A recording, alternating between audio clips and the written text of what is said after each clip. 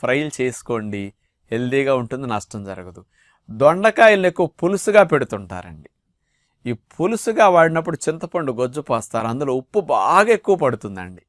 అంచేత ఆ చింతపండేసిన పులుసులతో దొండకాయ తిన్నప్పుడు కొంచెం ఈ సాల్ట్ ఎక్కువ ఇరిటేట్ చేస్తుంది, డల్లగా ఉండేటట్టు చేస్తుంది, అనారోగ్యం కలిగేటట్టు చేస్తుంది, బాడీలో హాని కలిగించేవి ఎక్కువ ప్రొడ్యూస్ అయ్యేటట్టు చేస్తుంది సాల్ట్. అంచేత సాల్ట్ పడటం, నూనెలో దేవటం వల్ల నష్టం.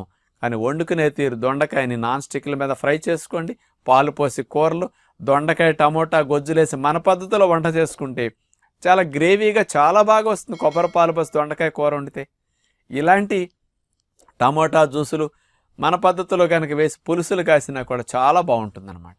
అంటే టెక్నిక్ మార్చుకొని వండుకోండి. దొండకాయలు కూడా దొరికినప్పుడు బాగా వండుకోవడానికి ట్రై చేయండి. హాని అనేది లేదు, పిల్లలకి పెట్టండి, అందరికీ పెట్టొచ్చు అని విజ్ఞప్తి చేస్తూ